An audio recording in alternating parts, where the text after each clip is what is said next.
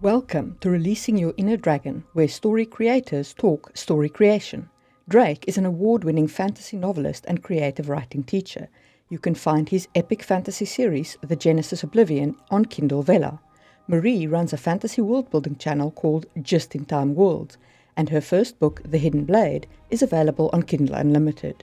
We hope you enjoy this episode. Hello and welcome to Releasing Your Inner Dragon podcast with Drake and Marie. Today, we're going to be talking about business. We're going to be talking about the publishing industry as a whole. We're going to be talking about indie publishing, traditional publishing, money, contracts, all sorts of things like that, kind of the nitty gritty. I usually try to stay away from this topic for several reasons, mostly because there's really there's no one way to do this.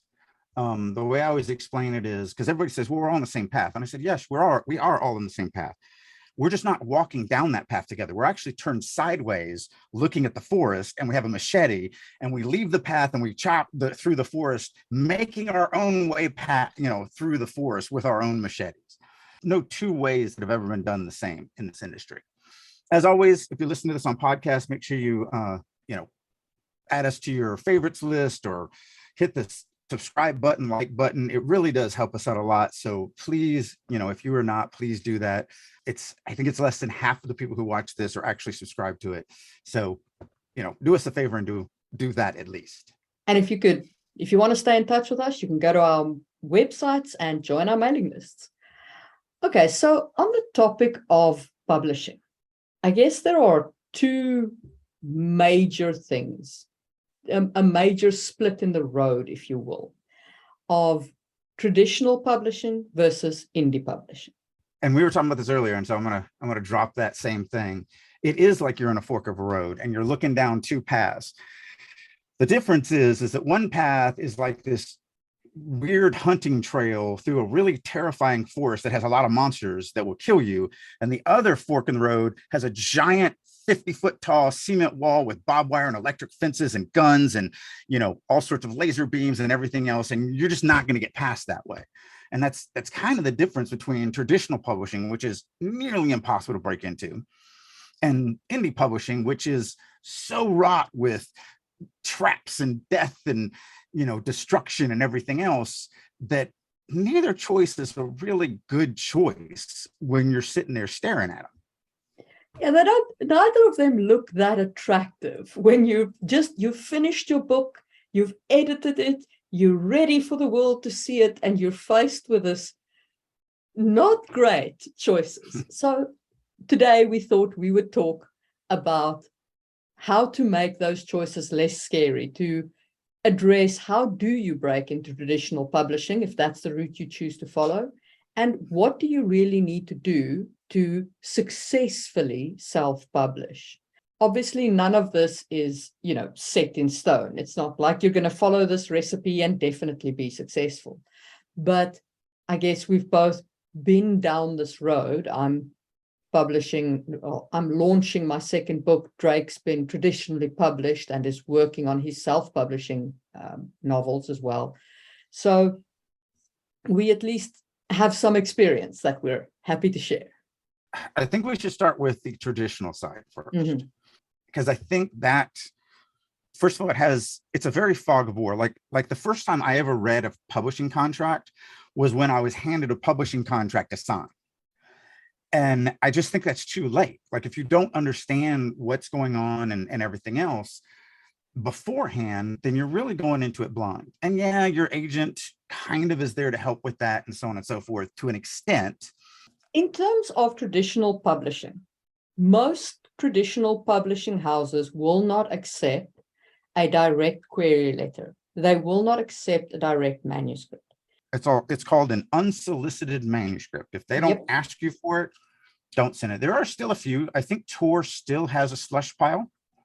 Door specifically, which is a fantasy publisher, they do accept complete manuscript. In fact, that is the only way to get published by Door, is to submit a complete manuscript.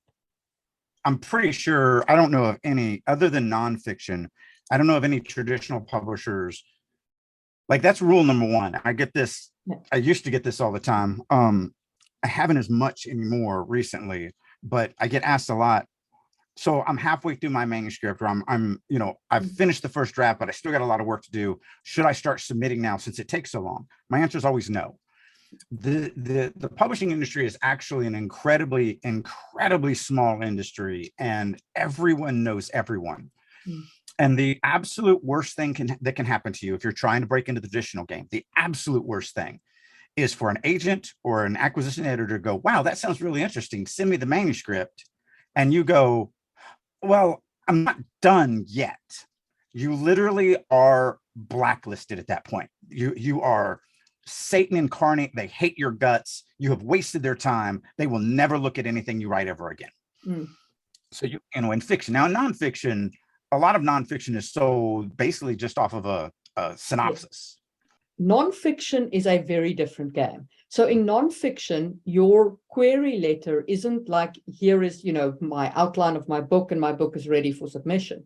Your query letter is, here is maybe my first chapter. Here is the outline of what I'm going to intend to try and do. But the reason why nonfiction...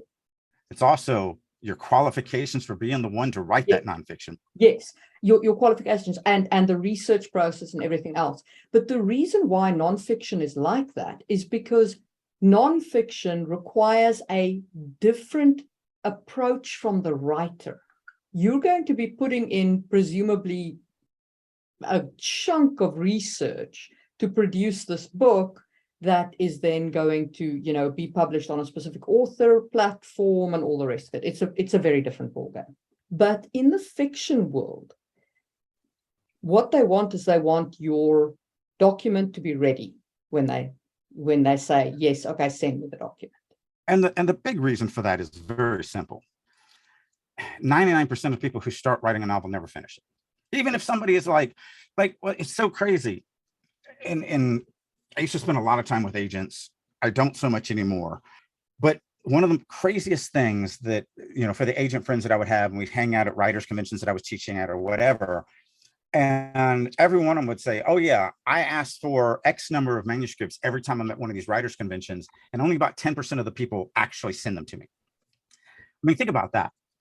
You have a person who wants to get published. They pay $1,000 for travel and ticket and everything else to go to this writers' conference. They actually pitch, they get over the fear of pitching to an actual agent.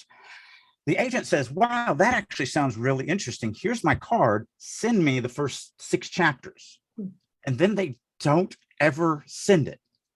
Like, that boggles my mind, but it literally is that way. It's only about 10 to 20% of the people will, and I don't know if that's because they actually aren't ready and they were pitching too soon, or just people are terrified of failure and they would rather guarantee their failure by never trying than to take the blow of trying and failing. That's just not something I've ever been, like when I made the pilot to Fiend Folly, it's a 13-minute cartoon. I had never drawn anything, never animated anything, never directed animation, never done any of that. And so a lot of people go, well, why did you even do it? Like, your chances of failing would have been huge. I'm like, yeah, it would have been. I don't care. Like, because if I don't do it, I guaranteed to fail.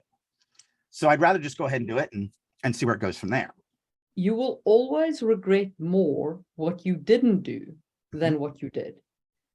I knew nothing about videos. I did not know what a Chrome key was. I'd never edited a piece of audio in my life before I started my YouTube channel. A lot of people who are successful have that same trait where they are just willing. One of my first writers groups that I was in, and we're talking 25 years ago at least, I had moved away because it was back east, and I moved to Vegas to actually pursue it. Then a few years later, I was published, and a year after that, I'm being invited to speak at places like Comic-Con and Gen Con and stuff like that. And this one girl and her husband, we invited to come to Comic-Con with us because they're actually the godparents of our children, and so we're close. And one night during the Comic-Con convention, we were out to dinner, and she looked at me and she goes, the only difference between me and you is I see the edge of the cliff and I won't go near it. I can't get within 5 feet of it. You see the edge of the cliff and just run and jump off, just saying to yourself, I'll figure out how to save my life on the way down. I'll either learn to fly, I'll invent a parachute. I'll do something to stop myself from dying at the bottom of this ravine. And she's like, that's the difference. And so she still isn't published. And definitely when, back then she was a much better writer than me. I can't necessarily attest for that now. She's still a fantastic writer, but I have improved exponentially. But definitely back then she was way better writer than me. But it was her own fear of jumping off that cliff that has stopped her the entire time. Whereas she's right. I've never cared. I'm a dyslexic, remedial 9th grade English educated person that I wrote a book that people said was good and I threw it out there. And it sold almost immediately. Actually, I sold it before I even finished writing the book. So to go against what we just said, but again, like I said at the beginning of this, there is no two ways to go about this the same. Yeah, I think that is a critically important thing to take away from you. And for me, it goes back to my favorite saying, remember, you will die. Like, nothing that you do is going to be that bad. Absolutely nothing. It's such a moment of freedom when you realize that actually, if you fail, it's okay. It's just failure. You're not going to die for it. Well, you might, but then you're dead and who cares? I guess my difference between the nihilistic view and my view is I've never failed, because when I don't succeed at something, I have learned why and I've grown. And that to me is a success. If I've improved myself through this negative event that happened to me, then I win. I literally have been successful, not at the task that I was trying to do, but in growing myself as a human being. So I literally do not feel that I have ever failed in my life. I mean, even going through this cancer treatment over these last 6 months, I don't see that as a failure. I learned so much. It changed the way I look at different things. I always felt like I had a good family, relationship, especially with my wife, but I feel like even though it's been a horrible 6-8 months for the whole family, I still feel that we've come out the other side stronger from the experience. I just don't feel like I've ever failed in my entire life. I mean, that is actually my point. Because if you realize that, then failures stop being failures, and they stop, right. And they become events that happen to you, and what you take out of them determines everything. But regardless, we're waxing philosophical and not talking about publishing, which we're talking about today. but the mentality of it is actually very important, in my opinion. That's the reason why I start dynamic story creation off. Almost the first third of that book literally talks about the mentality of a writer, what you have to kind of get in your mind if you're going to defeat this insanely difficult adventure. Like I always say, and I said in the dynamic story creation, I said, if you write a book that 100% is going to be a New York Times bestselling novel and literally make you $1 million and you're going to retire off of it, and you self-publish it and you make $600 total, how are you going to feel? You're going to be crushed. You're going to feel like a failure. You're going to feel everything, the whole world has crumbled around you.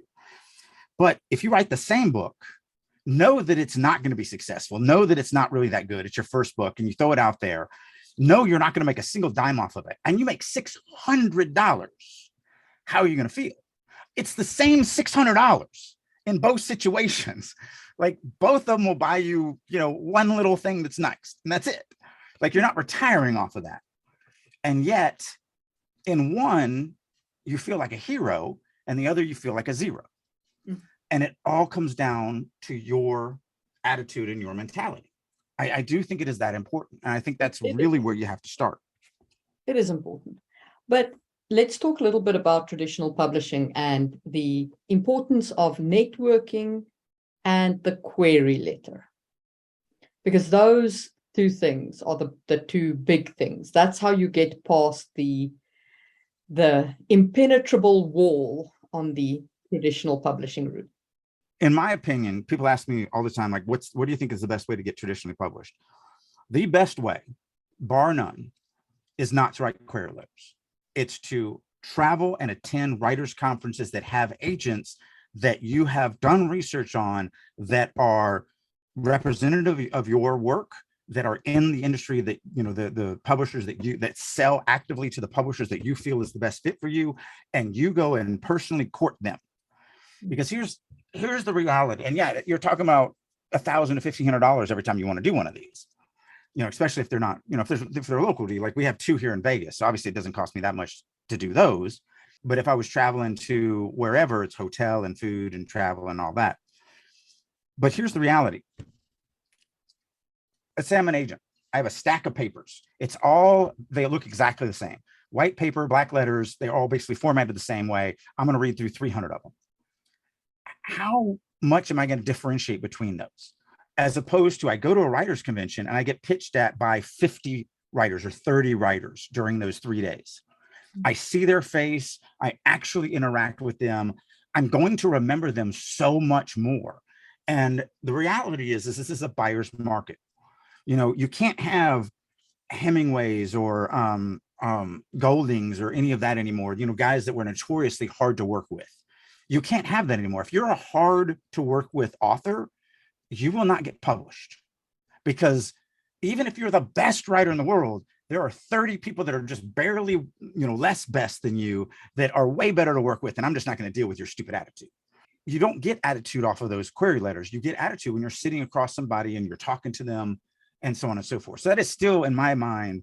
And I think most agents will agree, a lot of the clients they pick up are because they physically meet. And I was wrong, but about 10 years ago, I actually made the prediction that query letters would die, that would go away. No one would do query letters anymore, because in the agents that I talked to and how many that I knew in the industry, every one of them were raving about going to these writers' conferences. They were getting higher quality authors, not necessarily higher quality work, but higher quality authors when they did that. And they enjoyed their job so much better because they got to meet these people and actually connect with them and discover if they were going to be, the type of person that they wanted to work with or not.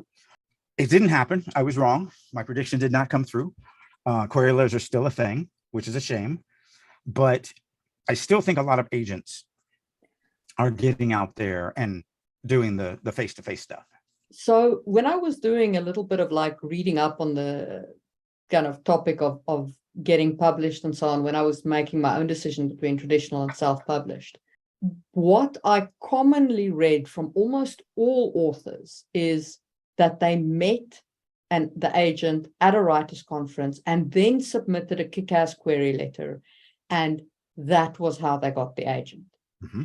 So I tend to agree with you. I think that interaction with the agent is critical. And if you can't travel necessarily, the one silver lining of COVID is that many conferences do now offer online options, or there are online conferences, because, it is cheaper for everyone. So you can go to an online writers conference and pitch online to an editor. Just make sure you have a good, solid camera going on and practice talking to the camera so that you can, give good eye contact and all the rest of that. Actually, since we're on the topic of conventions, I am doing one live event this year. It's the only one I'm going to do this year. But if anybody's going to be at Comic-Con San Diego next month, I'm doing a couple of my classes. I've got a booth. Come by and say hi. So it is the only live event that I'm doing. Everything else I put on hold just because of health issues and trying to catch up and workload and everything like that. And I'll get back on it next year. But anybody who's going to be at San Diego Comic-Con, come by and see me. I'm officially now, I can announce it. Everything's been booked. Everything's been scheduled. I can't say when my classes are yet because they haven't announced that yet. But I am doing a couple, and my booth is the same. I'm always in booth, what's called Q1, which is back in the small press area. So that's been my booth for like 5 years now, 6 years now. I wish I was going, but not this year. Maybe next. Really must plan a trip to the States sometime. And those conferences, really meeting agents, absolutely. And then afterwards, I think it is important to write a good query letter, because let's say they've met 30 authors at this writers' conference, and now they get 30 query letters that they remember. They're only going to take 1 or 2 new authors out of that batch of 30, if they take that much. So if you then write a good query letter to follow up on your good conversation, you then end up having a agent. Here's, I think, the biggest failure of writers when they're creating their query letter. When you're creating your query letter and you're writing, oh, this is me as a writer, this is my experience, this is the story, this is my passion, you actually think that you're writing a letter to somebody who wants to actually read that letter. I think the big failure that people don't realize is there's not a single agent who wants to read your query letter. And I know that may sound weird because you're like, well, wait a minute, if they get their clients from that, then isn't that, part of their job? No, it actually isn't part of their job. And they don't see it as part of their job. Their job is to sell their current author's works. They get paid selling their current author's works. Yes, it's a necessary evil that they have to also find new current authors. But the reality is it works like this. Think about what you do in life. You work 8 hours a day, 5 days a week, whatever. Your boss comes up to you and says, hey, so I've got this thing that isn't really related to your job. It's only tangentially related to your job. It's going to take you an hour a day to do this other task. I want you to do this other task, but you still have to complete your 8 hours of work. Also, this isn't going to, it's just extra. That's what a query letter is to an agent. It's a chore. It has nothing to do with making them money. They want to get through it as fast as possible. It's the reason why the dumbest things will get you rejected. Like if you don't personalize the query letter, if you don't write dear agent name, if you write dear sir, madam, the reason why they'll reject it right there is because they know, or they can guess, that you probably haven't researched them. And if you haven't researched them, you might be submitting a book that they don't represent, a genre that they don't represent. So why would they waste their time in even reading the query letter if you didn't even do the research to find out who they were personally, individually? Also, you could just be mass, you got a mailing list of all the agents and you just did one query letter that you're blasting to everybody. They don't want to read that crap. I think that's the first thing you really have to start with. If you're going to really understand how to write a good query letter, you have to understand that you're actually writing it to somebody who absolutely doesn't want to read it, who literally will try and reject it at the first sentence, if possible, the first word, if possible. And I think the reason why that's important is because when you have that knowledge, you start crafting, instead of crafting a letter of, oh, look at me, look at how awesome I am, look at how excited I am about me and my work. If I was very interested in you, I still might not want to read that. But if I don't want to deal with you, then I 100% don't care. But that is also why it's important that you write the query letter, bearing in mind, you personalize it, then you say, we met at blah, blah, blah, like reference back to where you met them, then immediately go into like, the book is da da da da da, because that's what's important to them. You are down on the list. so don't include, if they've asked you to include chapters, like chapters 1 through 3 or the first 20 pages or whatever, don't include that in the body of the query letter. Add it as a below the line so that they can check the outline and that kind of thing first. If they didn't ask you to send them anything, don't. Like if you've never met them, or if they said, sure, send me a query letter, if you did meet them, literally don't send a single word of anything you've written. Yes. Because that will also get you rejected. Yes. Send exactly what they ask for, exactly to the letter what they ask for. When you're doing a query letter, that generally needs to include an outline of your book. Okay. Now, an outline, this is important. Don't try and write your whole plot with all of its subplots and all of its complexity. Ain't no one got time for that. Remember, they're looking for a reason to kick you out of the door. So keep the plot to the main elements, the main characters, and the reason why this is connecting to the theme, the reason, like bind it in as engagingly as you can to the characters, to the plot events, to the whole series and sequence. And so me and you have talked about this a lot on our podcast, and I've mentioned it in almost everything I write in all my classes. And I always say it's always about the reader. Another way another thing that really turns agents off is if you love your story or your characters too much. If you're like, oh, my characters are so cool because of this, and oh, my world is so cool because of this. Because as I continuously say, none of that stuff matters. All that matters is how it impacts the reader. So if you want to show, because really, if you write me a query letter and you're like, oh my God, I got this character, he's so cool, he's this tall, and he was born here, and all this cool stuff about him, I'm going to realize that you're a very immature writer. And I don't mean immature as in young, I mean immature in time and grade, because a professional writer understands that it's not about characters. It's about how the characters, the story, the world impact the audience. So you write with the intent of really explaining or, giving the information on, this is why readers are going to be impacted by my story. This is why they're going to come back time and time again. This is why they're going to talk about it to their friends and recommend it to their friends. And you can't say it that blatantly, so it has to be a little bit more subtly. Yeah. But that's really what your synopsis should be about. It should be about, here is how I'm going to impact the reader and move them as a human being.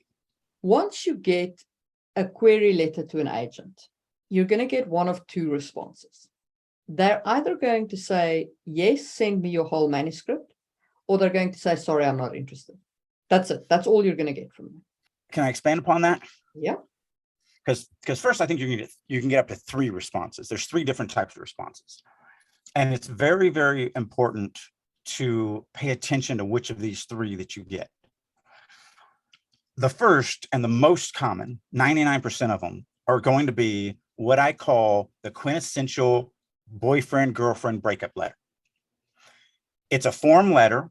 It's not personalized. It has nothing about your story in it at all. And it literally says, look, it's not you. You're an amazing writer. You're an amazing human being. You're everything the publishing industry needs. It's us. We're just not the right editing firm or, agent firm for you. We're just not the right publisher for you. It's all our fault. You're amazing. If you get that, and it has no information about you whatsoever, no information about your story, then you know that your query letter is terrible, that you need to completely throw that query letter away and rewrite it. It's one of the reasons why, and yeah, it takes about 3 months to get responses back, but it's one of the reasons why I always say to people that ask for this, if you're going to query agents, pick your top 100 agents that you really feel are your agents, the ones that you want. And then go to the bottom of that list, 96 to 100, and query those 5. And then wait 3 months and get those, rejection letters back. Because if you get 5 girlfriend-boyfriend breakup letters, form letters, then you know that your query letter sucks. Rewrite it and then send it to 91 through 95. Because the best thing that could happen is all 5 of them go, oh my God, you're amazing, send us the stuff. Because at that point you go, well, let me go ahead and send it also to the top 5 or top 10 of my agents. Because if everyone down here wants it, maybe I can snag one of these that I really want to be with. So having more people bidding for your stuff is definitely not a problem. But because you only get one shot, if you were to send that query letter to 100 people, your top 100, and you get 100 form rejection letters, you're done. You don't have anywhere to go from there. So that's the first type of rejection letter that you're going to get. It's going to be nothing about you. The second type of rejection letter is actually, in my opinion, the best type of rejection letter. And that is a personalized rejection letter. And you'll definitely know what this is. They'll say, look, I didn't like this aspect of your story. This part of your character was broken. This thing that you're doing here is not sellable in today's market. I recommend that you do X, or if you change this, or if you redo this, send it back to me. That is absolutely the best rejection letter that you can get, because 1, it means that agent actually kind of has some faith that you might become his client. You're not there yet, but you might actually get there if you were willing to do it. The problem is that so many people are like, how dare they tell me to change this? I'm the creator God of this whole thing, and they're just a nobody. I will never, go against my artistic principles. Yeah, you'll also never get traditionally published. Make the change that they recommend. I got a letter like that on my first book, because I did send out a couple of query letters, and one of the agents said to me, The traditional publishing arena will not take the risk on a new author to have the main character change names throughout the book.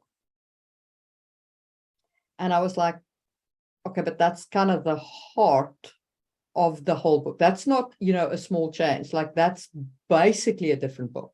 And it is valid. It is valid. I just chose, yeah. But that's why I went indie publishing. That's one of the reasons why I went indie publishing. That, and the fact that I then did some research into trad publishing. I was like, okay, if I'm going to do this, if I'm going to make a change this big and take out the hats and, the main character changing his name and his face and all the rest of that, if I'm going to do that much, what does traditional publishing really offer me?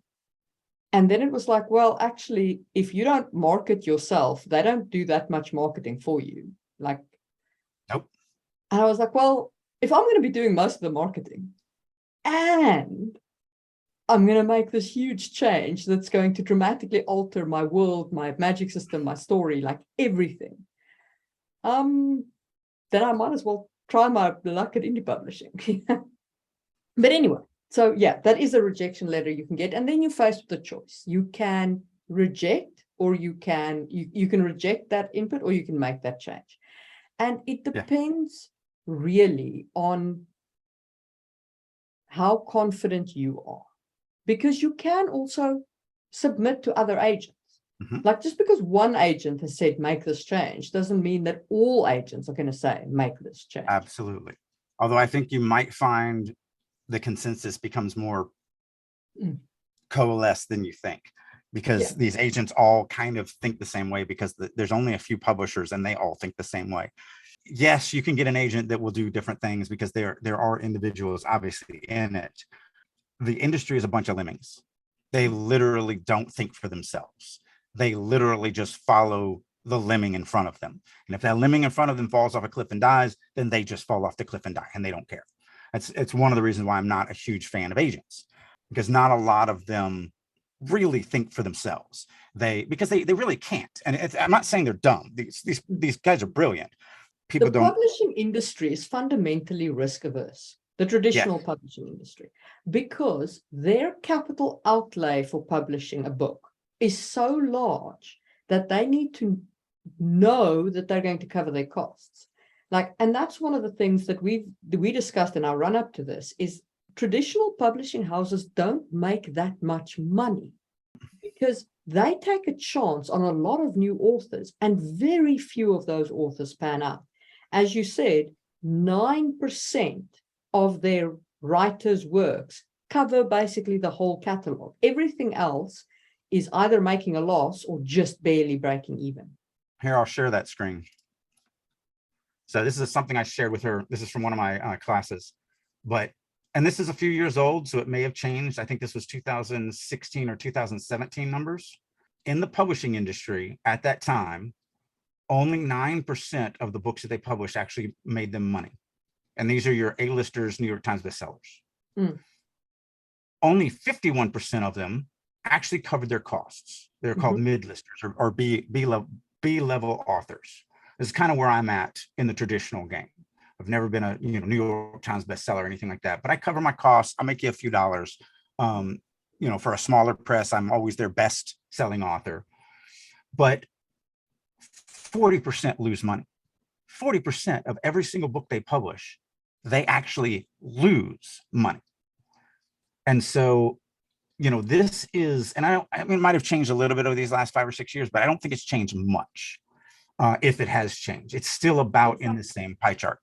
I think it's gotten worse in some ways. If you think about Brandon Sanderson, right, has now got his own indie publishing press that publishes for himself. He launches his books on Kickstarter, everything else. So whoever was publishing him no longer has one of their A-listers. And that has got to be, Tor. That has got to be a lot of publishers' worst nightmare, that their A-listers could literally be like, well, I now have a platform, I have a huge fan base, I'm gonna walk away and self-publish. Well, it's one of the reasons why I'm a hybrid author. Because like I said, traditionally I've been a B-list author where, I'll sell enough money to make you a little bit of scratch. You're not going to retire off of the money that I make the publisher. I make, my 10%. It's given me a platform and a fan base big enough that I can double my money if I just self-publish, if I just indie press, because I've got the fan base, I've got the industry clout, I've got the name recognition that I'm going to now make more money in the indie realm than I can in the traditional realm, because I've actually worked my tail off and I've gotten to that level. So it's the reason why I've like this big new realm series. We're 100% indie pressing it. And so, like, just to bring that back, because I think this dovetails nicely into self-publishing, but just to finish up on the traditional publishing, your query letter gets you an agent. That doesn't mean your book's sold. That means you have an agent. That agent then takes it to various publishing houses, because they're the gatekeepers. They're the guys with guns on the wall. They then take it to the publishing houses and say, listen, I believe that this will be a good author. And then your manuscript might. That's where I was going to before we got into the money side of this. The worst part about an agent's job, and that's why I said they're not, even though they're lemmings, they're not stupid. The worst part about it is they already know the books that the publishers are looking for before they even start reading query letters. So they've already gone to, they take these, acquisition editors to lunch or dinner. They go to the social meetings that are industry, like in New York or whatever. And they sit there and they go, so what are you looking for? And the acquisition editors say, you know what I'm looking for? I'm looking for a book that goes A, B, and D. And so when they're reading your query letters or when they're reading your manuscript, they're not even looking at your quality. They're not even looking at your ability as a writer or a storyteller. They're looking at, do you already have in this story what I've been told that acquisition editor is looking for? Like that, which means they will buy a worse written book over yours if the worst written book checks all the boxes that the publisher's looking for and yours doesn't. So it really isn't that, I mean, you're right. When you get an agent, you don't get a sale. You make no money off of an agent. And you should not pay an agent a penny. Money always flows toward the author in the traditional game. If they ask for a dime, it's a scam. Everybody wants to believe it's, in things that are too good to be true. But I promise you, in the industry, if they're like, oh, we'll read your, first 6 pages for $50, it's a scam. Agents need to make money selling books to publishers, and then they get their percentage of your money. But if they don't sell it, they get nothing. So never, ever, if you're going traditional, money goes to you only, and anything else, no matter how much you want to believe it, is a scam. And there were a lot of, I can't even think of their names, but there were several hybrid indie publishers out there that were just total scams. And they were like, oh, just pay us, $6,000 and we'll publish your book. Don't do that. Yeah, no, those are all scams and they're just nightmares.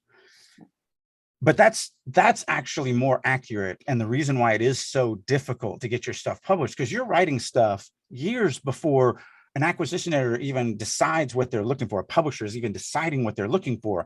So the chances of you actually writing, not only the chances of you writing well and catching someone's attention from that, but also writing something that somebody is actually currently looking for, is what makes it so difficult to break into the publishing industry.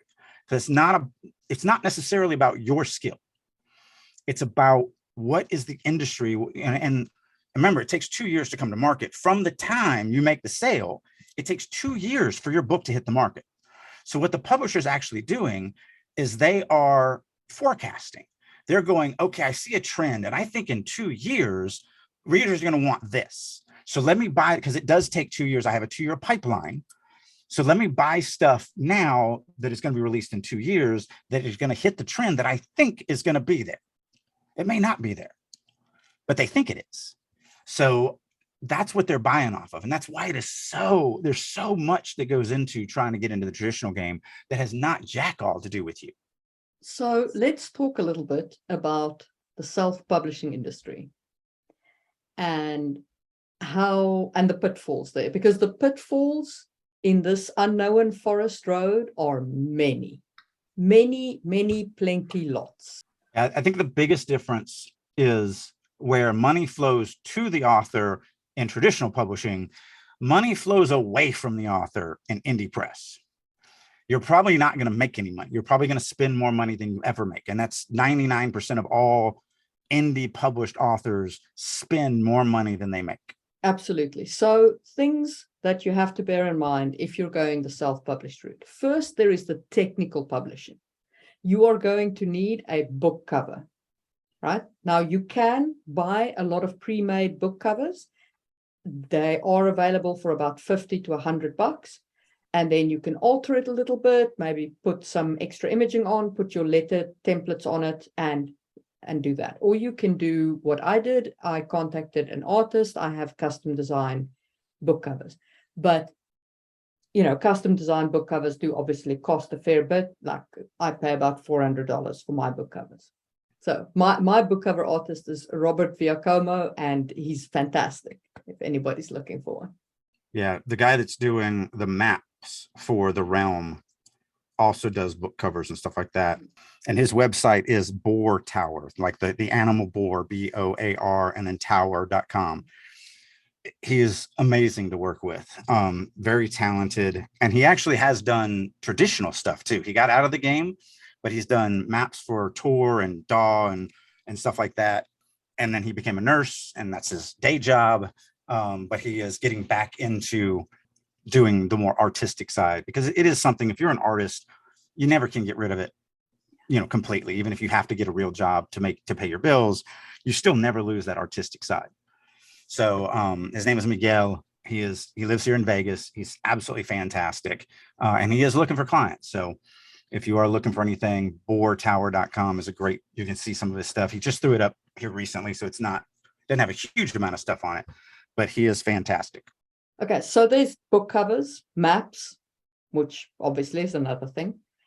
Then there's also actually getting the book into a printable format. So you're going to have to like typeset, and there are two things at play here. One is the ebook, which in and of itself can be a bit of a battle. Like when I was self-publishing my first book, it took me days to get the table of contents to display correctly. You wouldn't think that would be hard.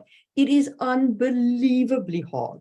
The publishing industry has got the worst digital tools from an author's perspective, like the worst.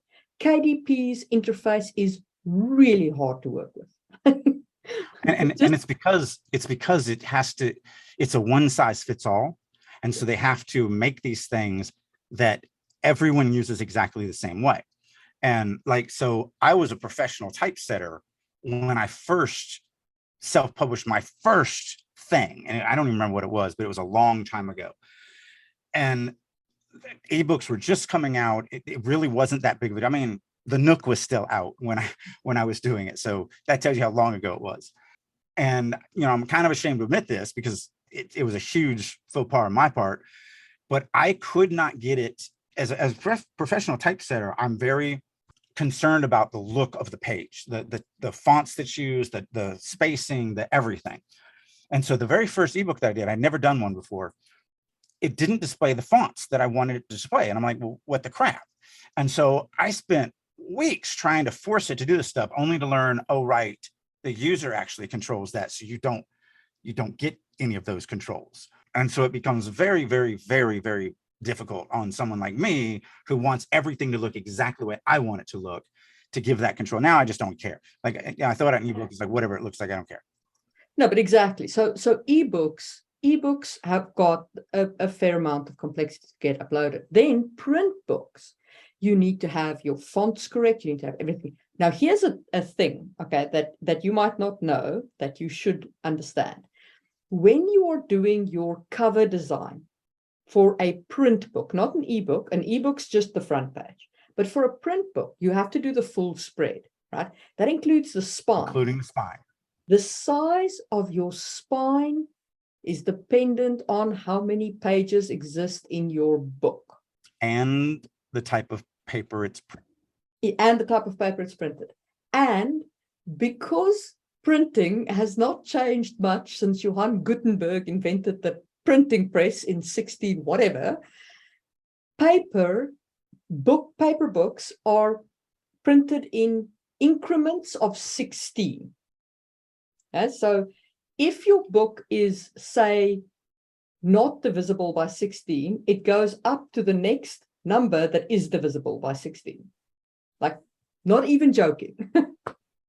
Well, print on demand doesn't do that anymore. Pretty much you just have to have an even number of pages. So this is a perfect bound book. This is basically, they put the loose sheets in line and they just put glue down the spine, and then they wrap the cover around that. So with most print on demand, it's just, you just need an even number of pages.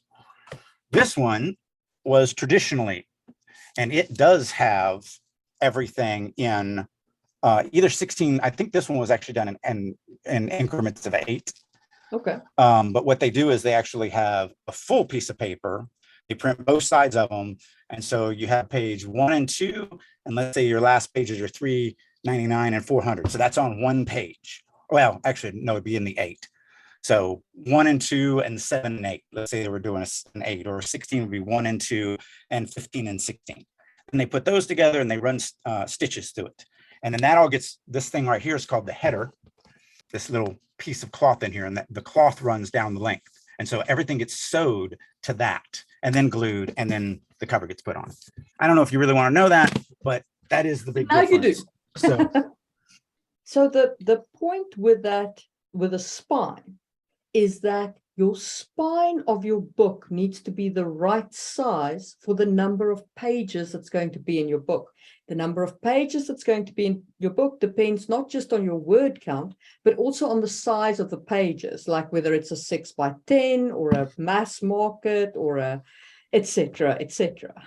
Well, just because I'm a geek when it comes to book printing and everything like that, because that was what I was into way before I was into the writing of it. Here's a couple other differences.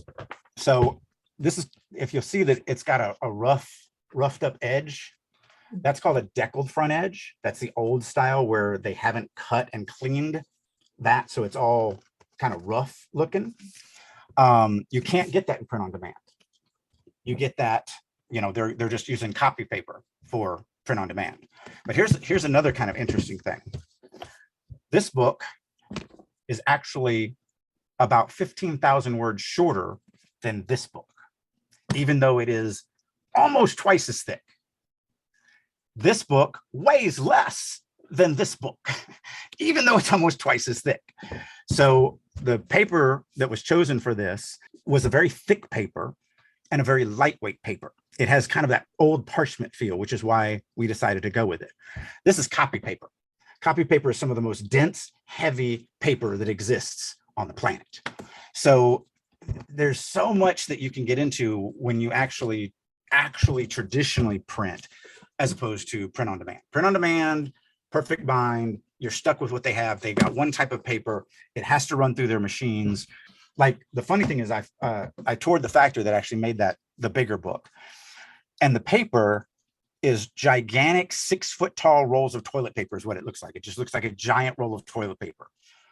And they run that through a machine, and it prints everything and cuts everything somehow in this magical way and sorts it all out and binds it up. And it's pretty freaking amazing. But the paper comes in these huge, massive rolls. They're not even sheets of paper. So there's just a huge difference. That's why another reason why print on demand is always so much more expensive, because it's priced out in one book. Yeah. Whereas when you print in massive quantities, it actually, the more you print, the cheaper it is, because labor is the most expensive part. And if it takes the same amount of labor to make one book as it does to make 100 books or 1,000 books, if labor costs whatever, you divide it, all that labor has to go in the one book, as opposed to divide it out between 1,000 books. So those are important things to know about, especially like your spine. You have to know about the spine thing. The spine thing caught me out. I had to go and fiddle with my cover till it actually kind of fit into the spine. All the PODs have templates. So you actually, like with KDP, you go in, you type in, you pick the type of paper, the binding size, the bounding size, if it's 6x9 or whatever. So you pick that ahead of time, and then you just type in how many pages it has. And then you print out a template that will literally have this is the edges of your cover. It'll do a dotted line for the bleed. It'll show you where your spine is. And they're actually so sophisticated now, which is really freaking annoying, because like, especially with the spine, even though there's room to the edges, they won't let you use it, because when they're printing on demand, it could shift a little bit, and they don't want your spine wrapping. Like if you go all the way to the edge of the spine, it could wrap around to the front or wrap around to the back if it's shifted off.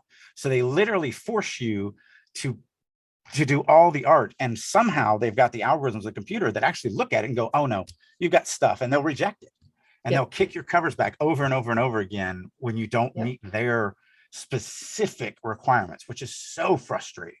So make sure that you've got, editing software on hand to futz with your cover. Well, but here's the other thing, because you had said something earlier that I want to expand upon, because you said when you were looking at traditional publishing, and then you decided to go for indie press, you were like, well, what do publishers really have that I don't have? The funny thing is there's only one thing traditional publishers have that you don't have, and you'll never have. And that's marketing. And what I mean by that is not marketing as in spending money on Amazon ads or whatever. I mean, you can't get into bookstores. You can't get into libraries. You can't get into mom and pop stores. Actually, you can get into libraries. You can get into libraries via Amazon KDP, but it is difficult. Yeah, it's near impossible. Actually, I've sold a couple of books to libraries, weirdly. I'm talking about, you're right, I'm in several libraries as well, but there's a difference in being in several libraries in all 3,000 across the country. Absolutely. And also you have to individually, like, somebody, I said that about Barnes and Nobles one time, and they're like, oh no, I've got my books in Barnes and Nobles. And I go, you've got your books in your local Barnes and Nobles on the local author shelf that you took to them, and that after they sell them, you have to go back and get your $3. That's not being in a bookstore. That's literally being in a swap meet that somebody else is selling your stuff for you. That is true. And it would matter if people still consumed all of their books through bookstores. Right. Because the simple reality is, I haven't bought a book from a bookstore in 5 years, 6 years. And it's why there's only one big bookstore chain. They have a coffee shop and a Danish shop, and they sell everything else other than books, because they can't make a living off of books. I mean, that's just the reality of where the industry has gone.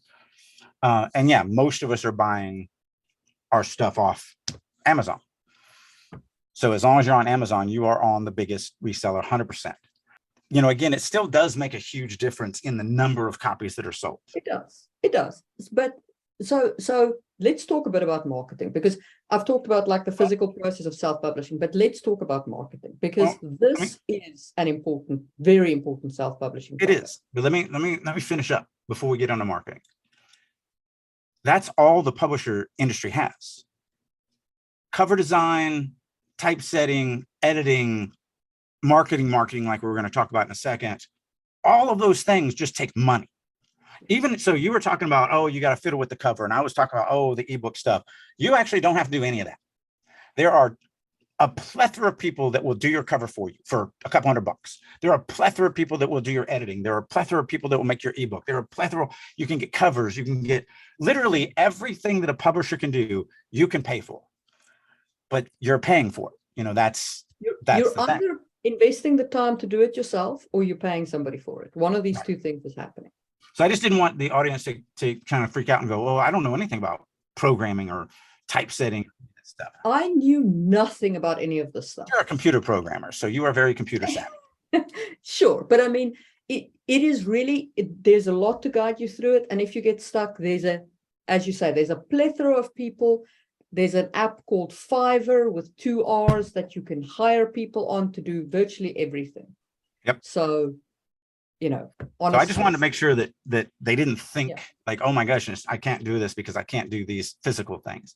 You can. You absolutely can. As long as you have a couple $100 here and a couple $100 there, you can literally just write, and that's it.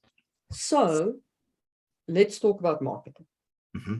If you self-publish, you need a way of letting people know that the book exists.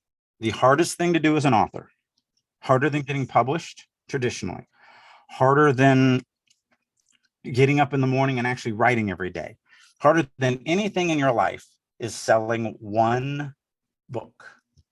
And every book you sell, you're selling one at a time. It is the hardest thing to do. The best way to market books still, though, is more traditionally. Buying ads on Amazon, buying ads on Facebook, buying ads on TikTok, buying ads on Twitter.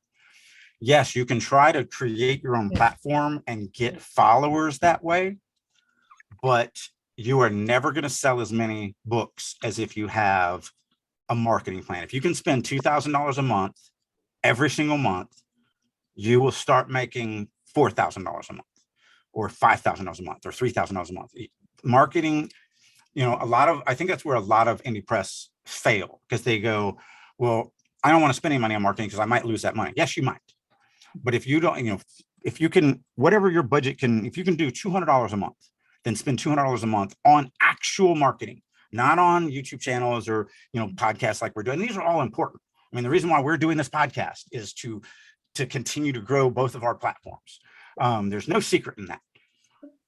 But you're still going to sell more books if you have a guaranteed monthly advertising budget that you actually spend. And if you do it right, and that is a thing in and of itself, like Amazon ads and Facebook ads are a full-time job, because you'll throw one out for 2 weeks and get no sales, or you'll get tons of clicks and no sales. And so you go, oh, well, let me change this phrase or this word or this picture on this one ad. And you can change one word on an ad, and the next 2 weeks spend the same amount of money and make thousands of sales. So, but the problem is that 3 weeks later, you're making no sales again, because that now is stale. So you got to change it again. So it's a constant trial and error. What works, what doesn't. That's the reason why, most of us run concurrent ad campaigns, where we'll do 3 ad campaigns with 3 different approaches and put an equal amount into each. And then every day we're looking at it and going, oh, wow, A is not making any money at all. B is making some money, but C is rocking its, self to death. So let me put more money into C and completely take A off, and let me rework that. And so that's, I think, one of the most time consuming processes if you're going to make money. But you have to do, yes, all of this stuff that we're doing is important. The YouTube channels and all of that are absolutely important. But I am a firm believer that you cannot make it in the indie press world as a full-time writer, where you're not, you have a day job. I don't have a day job. So you have to market to readers, and you have to get sales every single week, or you don't eat. So I'm a firm believer that you have to have a budget. You have to have a steady budget that you are throwing money at every single week. It can be as little as $50 a week. It can be as much as $5,000 a week, whatever. But if you manage it and you really stay on top of it and you do a bunch of research, because it's constantly changing, this is, I think, the thing that takes up more time than anything else. Or you can hire a marketing firm for $5,000 a month plus your budget. I don't have that kind of scratch, so I just have to do it with my internal little team. But that is really the way you have to do it. You have to spend money marketing. And then also I do stuff that you don't do. I'm going to all these, I was doing, before the shutdown, I was doing 20 to 25 conventions a year. So each convention average of 4 days plus travel time, let's say 5 days. So if I'm doing 25 conventions, that's 125 days a year that I'm on the road. That's 125 days a year that I can't work. I can't write because I'm on the road. But I built my fan base that way, getting out and shaking babies and kissing hands. That's how you make fans. Because just like agents, they like to see the personal contact. Fans love that too. They may never have picked up my book if it was just on the shelf.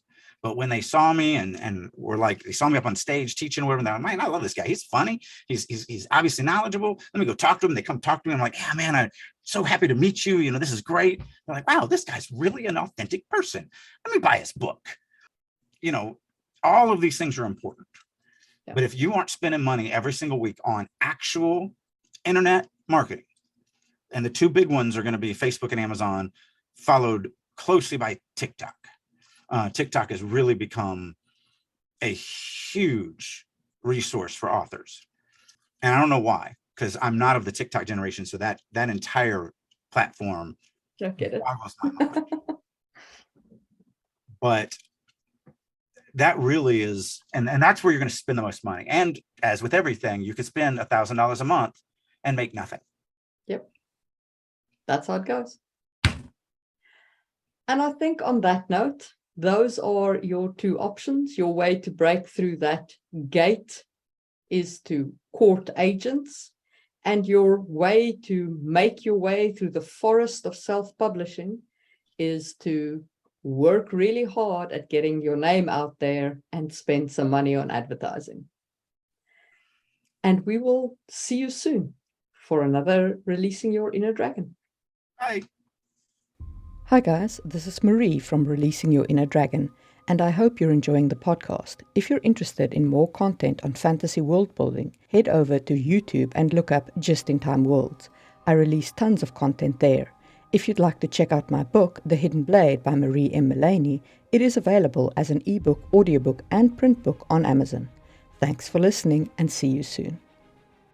Hey guys, Drake here. Thank you so much for listening to Releasing Your Inner Dragon podcast. I hope you're getting a ton of information and maybe even some nuggets of gold that you can take into your own writing to help you on your journey of story creation. A couple things I want to throw at you. First of all, for the first time in years, I am opening myself up to being a private mentor again. If you would like for me to work with you to improve your writing right now, reach out to me. You can either go to my website, maxwellalexanderdrake.com, and send me a contact form, or just email me at author@maxadrake.com. Also, as many of you may know, I've been out of the novel game for quite a few years. I was the lead fiction writer for EverQuest Next from Sony. I've been in the movie and TV industry for a few years now, but I am excited to say I'm back into the novel game. I've actually been working on a novel for a little while now, and I'm going to start dropping it on Amazon's Vella. So if you're on that platform, look me up, Maxwell Alexander Drake. Thank you again for listening, and as always, keep writing.